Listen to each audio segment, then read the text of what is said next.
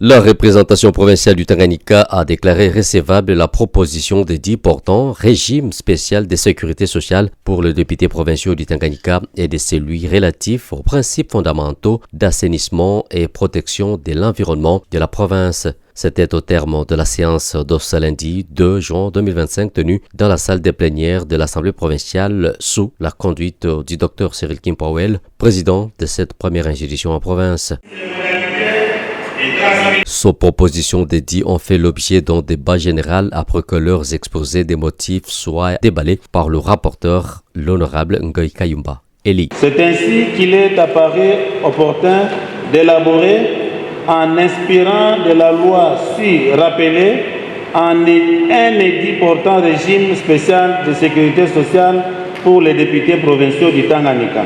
Les recommandations et les réflexions des rencontres tenues à travers le monde, réunissant les décideurs autour de l'environnement, ont conforté la province du Tanganyika à accorder une attention particulière à la question de l'environnement et aux problèmes qu'il génère. Consécutivement, cette présentation, diverses préoccupations ont été soulevées par les députés provinciaux. La question de l'état de siège est très importante par rapport à des conditions spéciales qui peuvent se retrouver dans une province et quelles sont la procédure. Souvent, on a des tests, on a des lois, mais la procédure d'applicabilité pose toujours problème parce que on fait les choses à la hâte. Nous savons que nous sommes dans un pays où la situation politique est toujours instable.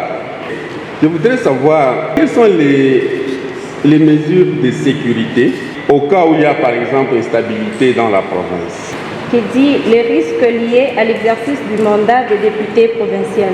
D'ailleurs, moi, je suis content parce que vous avez proposé, c'est un travail qui doit se faire en commission, avec les experts. J'appuie bien l'idée de l'honorable Balthazar et surtout vous remercions parce que vous nous avez déjà donné une piste. Afin que ce travail soit mieux présenté, il y aura une commission qui va travailler dessus et cela avec la participation des experts. Je voulais aussi comprendre quelque chose, honorable. Maintenant, ils vont cotiser sur quelle base?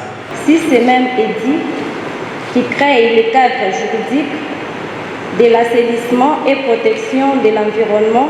Dans une approche pédagogique, le président de l'Assemblée provinciale du Tanganyika, Dr Cyril Kim-Powell, oriente le débat en ces termes. Article 135. La discussion des projets d'édit porte sur les textes déposés par le gouvernement provincial.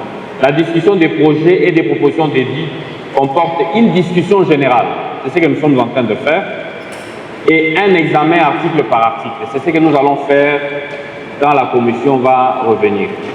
Le débat général s'engage après présentation de l'économie du texte par l'auteur du projet ou de la proposition d'édit sous examen, soit directement en plénière, soit au sein de la commission saisie du texte par la plénière.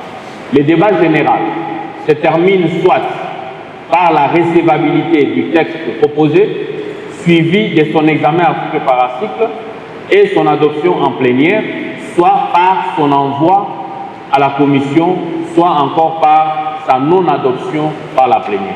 Au final, il a été mis en place une commission mixte PAJ et sociale pour examiner à fond la première proposition dédiée en rapport avec la sécurité sociale de députés provinciaux, alors que la seconde proposition a été orientée à la commission ECOFIN.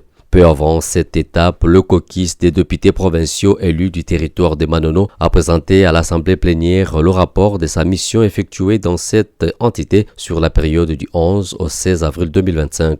Cette mission avait pour objectif d'établir un état de lieu des activités de Manono Lithium et de sensibiliser la communauté manoise sur l'arrêté provincial interministériel portant le refoulement et protection des pachydermes. Suivant ces rapports, la société Manono Lithium, bien que détentrice du permis d'exploitation depuis l'année dernière, n'est pas encore passée à l'exploitation effective du lithium et réunit à ce stade un certain nombre de préalables. Toutefois, le caucus a constaté l'instabilité des salaires des employés de cette société, l'évolution fulgurante des travaux du pont sur la Louvois, l'arrêt des travaux de construction du mini-barrage et l'absence du cahier des charges. Quant à la question liée au pachyderme, le caucus a réalisé que leur refoulement, tel que prévu dans l'arrêté interministériel, a été suspendu exposant davantage la population à l'insécurité physique et alimentaire car ces éléphants tuent et dévastent le champ.